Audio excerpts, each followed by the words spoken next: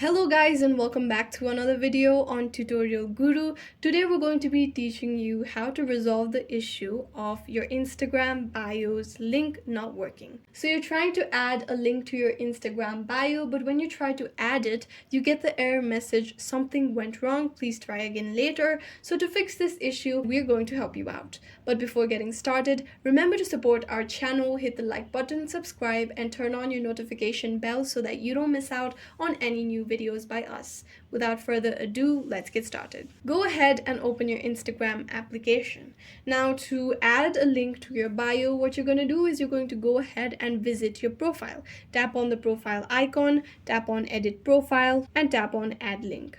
Add external link, enter your URL and title. So when you enter your URL, provide it a title and tap on the tick mark that appears on the top right corner of your screen and you see the error message, something went wrong, please try again later. The first thing you're going to do is make sure that you have a stable internet connection. If you do and you still see this issue, go ahead, go back and long press on Instagram application. After doing so, tap on app info and then go ahead and force stop this application. Tap on OK.